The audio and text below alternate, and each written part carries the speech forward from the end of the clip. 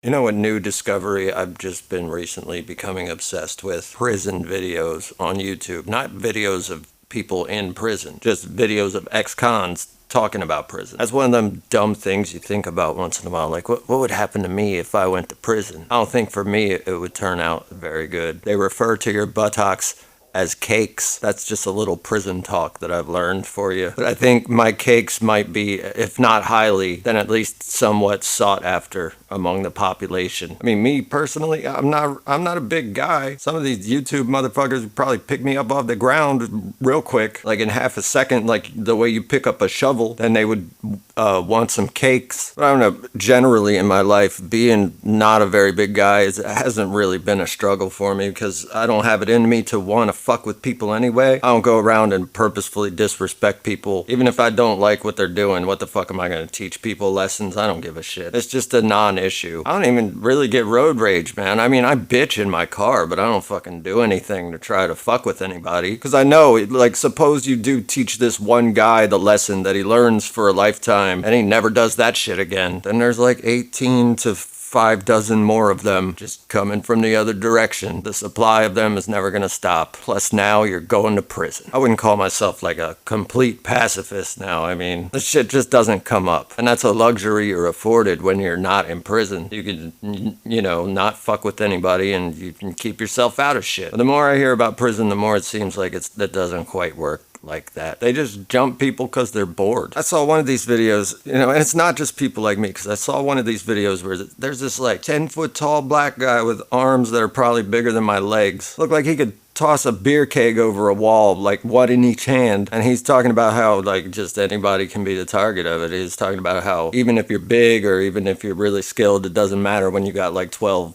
people coming at you. And as this guy's telling you this, you can kind of see the fear even in his eyes. Like, if they can get that dude, I must just like register as chum. They're just fucking backhand me to death as I'm eating my ramen noodles. Hopefully they'd get it done and within 1 or 2 hits. Let's not draw it out. But the fucked up thing is, if somebody does hit you for whatever reason and you don't fight them, everybody hits you. Everybody's like, oh, there's the guy you can just hit. Oh, this shit sounds like a nightmare. There's that channel with the giant black guy, and then I'm watching this other one with this like squirrely looking white dude. That dude kind of scares me, but not as much as the guy who calls himself Badger with the, I don't know, he's trying to do like a X-Men thing with his hair, his facial hair. There's this one video with that Badger dude, and he's talking about how one guy stabbed another guy in the ear with a pencil while he was sleeping, and he imitated the psychotic laugh that the pencil stabber did right before he stabbed the guy in the ear. And when he did that shit, I got the fucking willies, man. I'm like, dude, you're just as crazy as the pencil stabber. And a lot of these channels, I look at the screen and I'm like, oh my god, this guy would punch me in the face just pretty much instantly. So the one I like to watch the most, being of my stature and status in the crime world, which is a big fucking one of these, big zero. The guy I like to watch the most talk about this stuff is Lockdown 23 and 1. I mean, he does kind of have that vibe like, oh my god, this guy would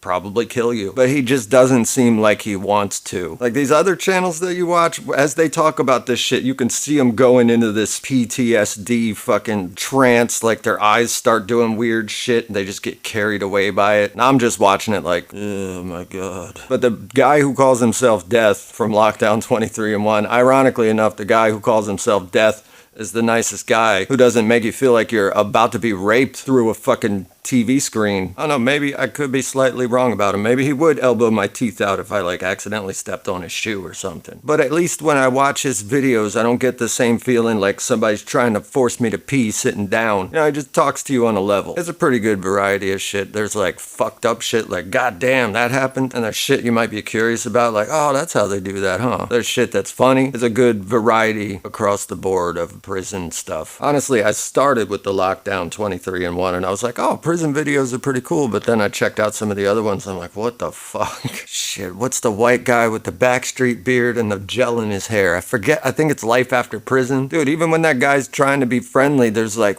it's like a vibe you get from like, what the fuck is up with this dude? He looks like one of the henchmen that gets shot in the face on John Wick. But yeah, tell me, how well do you think you would do in prison? 90% of the people around here, all around me, how well do you think you would do in prison? I think about going about my day and looking around at all the people around me, like at Walmart and like McDonald's. All of their cakes would be probably caked, however you say it. It just goes to show you, if you're really reaching for the top of toughness, if you want to be the pinnacle of badass, don't fuck with that guy type of people, that's a brutal fucking journey. I guess if you're, as they say, really about it. I'm not about it. I like to play guitar and make beats, sing stupid little songs. I'm fine with that shit. I don't need to be like the king of cocaine or anything. I can't even sound like I'm connected to the crime world. See my face on a bulletin board at the police headquarters, it's the Cocaine King. But if you're bored and you just need something random to watch, I highly recommend these prison videos. It's a wealth of entertainment. Even the kind of creepy videos. Even the videos with the dudes that look like they kind of low-key want to put their dick in your butt. You get to be separated by wires, at least. But I would recommend checking a lot of these channels out. They really inspire you to not